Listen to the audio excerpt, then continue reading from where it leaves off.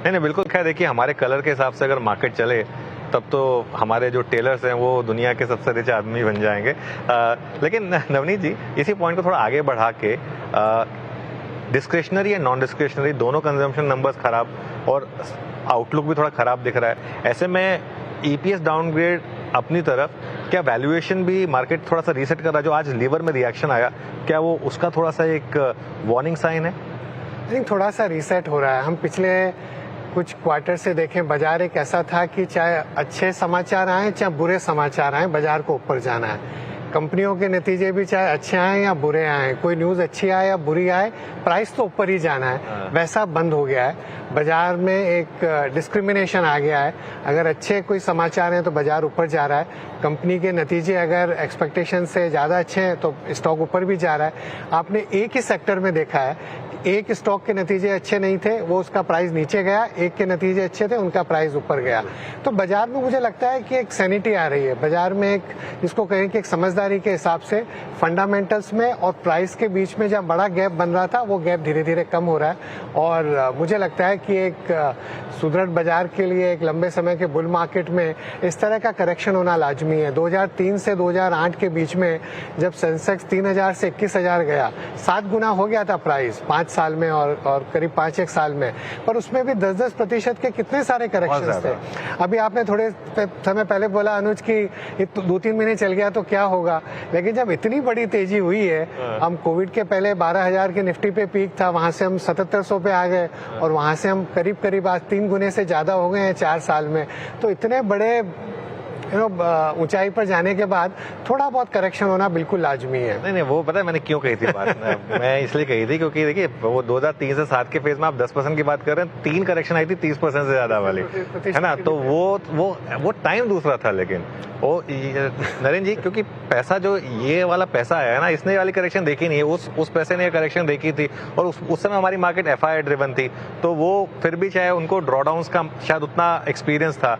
ये जो कोविड के बाद पैसा आया, इसने तो पहली बार शायद इस तरह की करेक्शन देखी है। तो सवाल ये उठता है कि फिर क्या वो टिक पाएगा? अगर इस तरीके से आपने बोला कि 2-4 महीने अगर और चल गया मार्केट में करेक्शन चल गया, तो फिर वो पैसा रहेगा क्या मार्केट में? वो मुझे पता नहीं है, बट इसलिए हम 1 साल से एसेट एलोकेशन बोल रहे हैं क्योंकि उन लोगों को पता होना चाहिए कि इक्विटी मार्केट वन वे नहीं चल सकता है।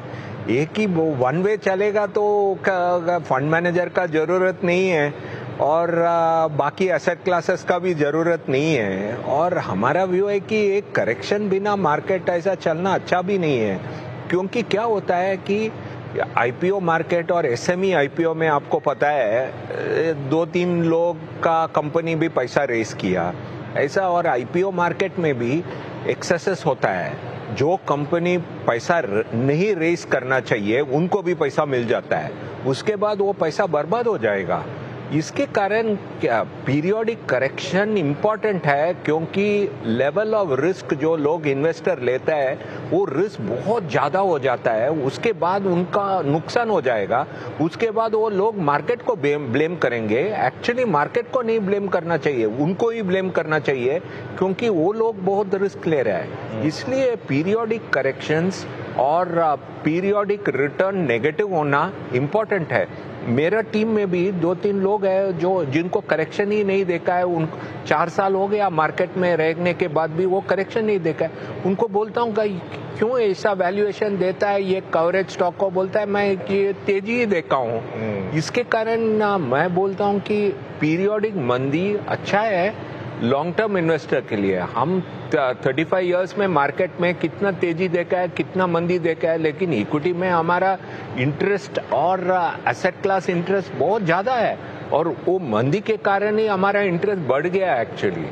वो 2020 जैसा मार्केट में इतना माउथ वाटरिंग इन्वेस्टमेंट अपॉर्चुनिटीज मिला, इसलिए पीरियोडिक मंदी बहुत जरूरत है मार्केट के लिए। बिल्कुल, वो कई बार ऐसा लगता है अक्टूबर का महीना नेगेटिव जा रहा है, हम लिखते हैं कि मार्केट में नेगेटिव रिटर्न दिए, तो कोई रिप्लाई करता है सर आपने पॉजिटिव की स्पेलिंग गलत लिख दी है। सबको पॉजिटिव रिटर्न्स की इतनी आदत पड़ गई है।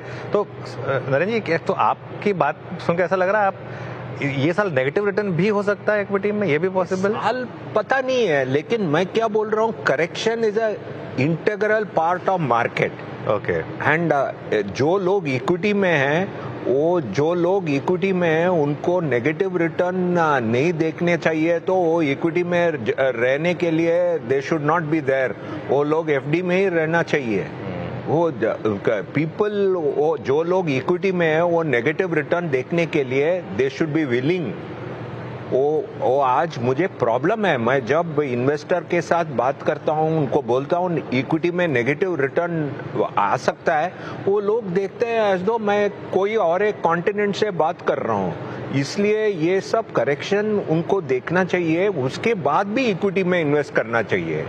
वही मेरा पॉइंट है। वैसे ऐसा नहीं है कि अर्निंग सीजन में अच्छे नंबर्स नहीं आए हैं। नवनीत सर, आपकी कंपनी ने तो ऐसे छप्पर फाड़ के नंबर दे दिए। मैं तो देख रहा था उस दिन, वो 2-3 दिन से आपका वो स्टॉक चला, ऐसा ज़बरदस्त चला।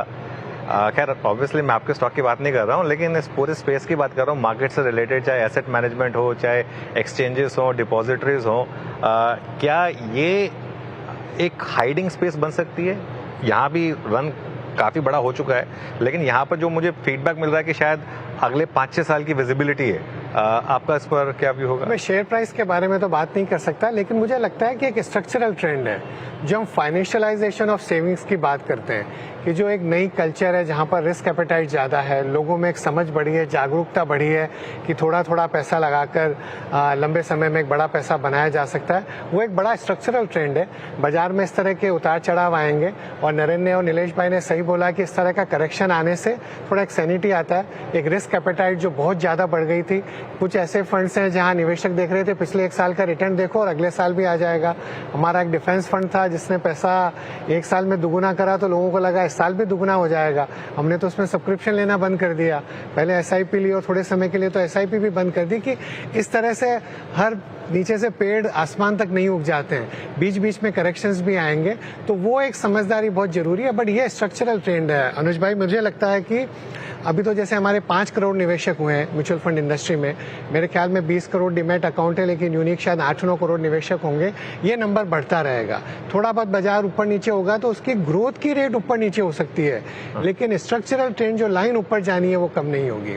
वही कल मेरी बात हो रही थी सुनील सर से, वो कह रहे थे हमने तो अपना पास परफॉर्मेंस वाला कॉलम हटा दिया है। अब जब हम न्यूज़ लेटर भेजते हैं तो वो पास परफॉर्मेंस का वो हटा ही दिया, क्योंकि लोग एक्सपेक्टेशन उसी हिसाब से बढ़ जाती हैं। नीलेश भाई, आपके हिसाब से ये जो सेक्टर है जहाँ पर क्लियरली एक विजिबल है और ये अर्निंग्स बैक्ड है, लेकिन क्या यहाँ पर अभी भी वैल्यूएशन ठीक ठाक है, यार यहाँ पे भी वही हो गया मामला कि कंपनीज तो अच्छी हैं लेकिन स्टॉक्स का भाव कहाँ का कहाँ पहुँच गया? सो अनुज भाई, अगर आप 6 महीने का व्यू लेके देखते हैं तो वैल्यूएशन महंगा है।